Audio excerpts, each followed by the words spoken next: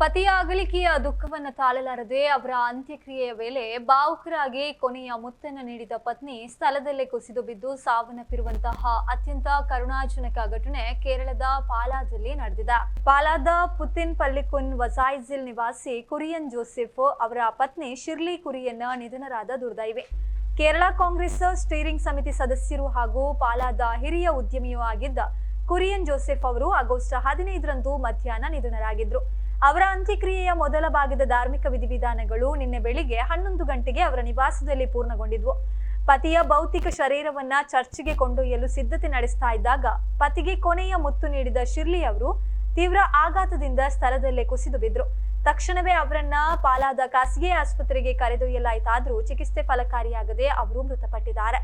ಚರ್ಚ್ನಲ್ಲಿ Kurian Joseph ಅವರ ಅಂತ್ಯಕ್ರಿಯೆ ನಡೀತಾ ಇದ್ದ ವೇಳೆಯಲ್ಲೇ ಪತ್ನಿ ಶಿರ್ಲಿ ಅವರ ನಿಧನದ ಸುದ್ದಿಯೂ ಬಂದಿತ್ತು. ಇಂದು ಬೆಳಿಗ್ಗೆ ಶಿರ್ಲಿ ಅವರ ಮೃತದೇಹವನ್ನ ಮನೆಗೆ ತರಲಾಗಿದ್ದು, ಧಾರ್ಮಿಕ ವಿಧಿವಿಧಾನಗಳ ನಂತರ ಪಾಲಾದ ಸೆಂಟ್ ಜಾರ್ಜ್ ಲಾಲಂ ಪುತ್ತನ್ ಪಳ್ಳಿ ಚರ್ಚ್ನ ಸಮಾಧಿಯಲ್ಲಿ ಇಬ್ಬರ ಶರೀರವನ್ನ ಒಟ್ಟಿಗೆ ದಫನ ಮಾಡಲಾಯಿತು.